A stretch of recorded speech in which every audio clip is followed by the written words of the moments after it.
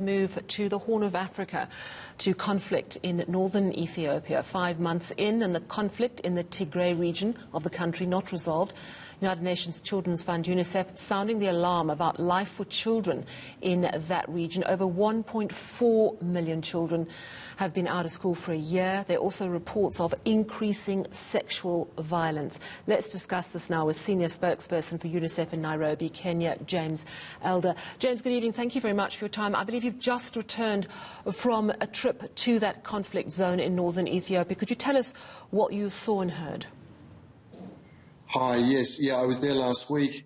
Look, unfortunately, what I saw, Sally, is an increasing crisis unfolding for children. You mentioned 1.4 million kids out of school. All your viewers will know millions and millions of children are out of school around the world. The difference here is that they're not in the classroom, they're in a conflict setting. This conflict started in November when just as people would have been harvesting that crop for a year, giving them the food and the income for the next 12 months. They missed that. They're about to miss the chance to plant.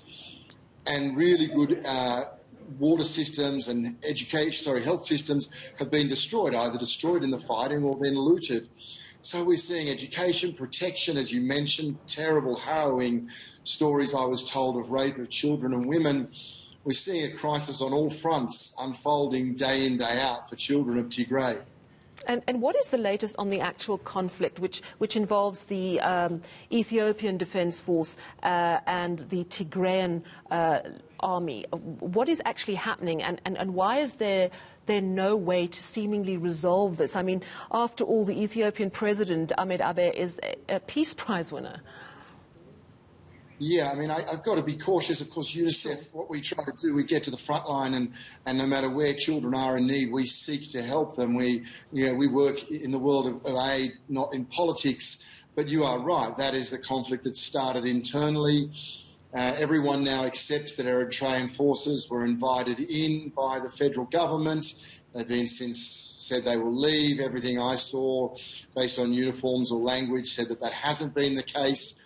And I think we've learned time and again, yourself as a journalist or myself as an aid worker, that conflict is not a solution in these situations. So UNICEF asks that people sit down, and that whilst they're waiting to do that, that we get unfettered access, that we're at least enabled to do our job and reach those children and mums in the most need.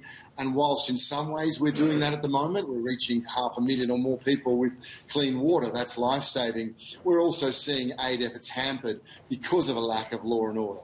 So how many people do you estimate, and obviously it's so difficult to estimate because you don't have access to everyone, but how many people do you think are just absolutely beyond your access, and what needs to be done on the part perhaps of the international community, perhaps even politically, diplomatically, to allow greater access to help those people in need?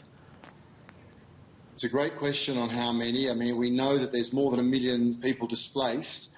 Okay, and yes, for example, UNICEF may be reaching 640,000 of those with water, but we would like to reach hundreds of thousands of those with nutrition, and that's not happening. I think it's safe to say there's hundreds of thousands of people who aren't getting the support they needed, who 6 months ago probably were living in a pretty sustainable agricultural way, or in towns. Remembering what I saw in Tigray and the capital, Mekelle, you see pretty advanced, good schools, good university, good academic institutions, good hospital. The people who were in those or running those or needed those services don't have that ability right now. In terms of what needs to be done, we just need that pressure to continue to be there, and common sense to prevail, to realise that conflict is not helping anyone right now, and that at least let aid agencies reach those people. Let us make sure they've got enough food. Let us make sure we're protecting people. Let's make sure that parties to the conflict, military actors, are standing by international law. Let's be very clear and have those people in power be very clear that perpetrators of sexual violence will be held accountable, and that sexual violence in a conflict zone is a clear violation of international humanitarian law. From your visit to the region last week, did you get a sense from the people that you spoke to that there's going to be some sort of resolution to this conflict, or could it just drag on for months and even years?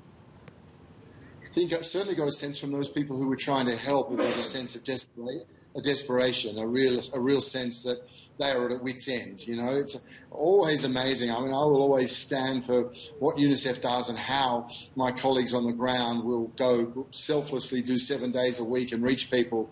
But I also never, ever forget what communities on the ground are doing. And as people, I mean, I met a 16-year-old girl who walked 300 kilometres with her baby brother on the back. 300 kilometres.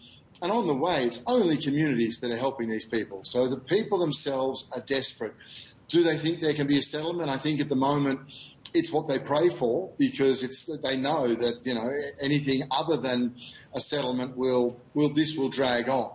This will drag on. As you mentioned there, the TPLF have gone into, you know, more remote areas, and the cities might be peaceful for a moment, but there is a great risk that if you talk to political analysis or most senior United Nations officials, that this can drag on if there is not a settlement between those parties who are currently fighting. Absolutely heartbreaking stories, but so important that we hear about it.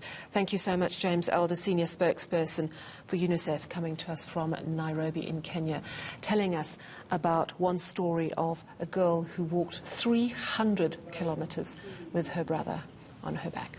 Astonishing.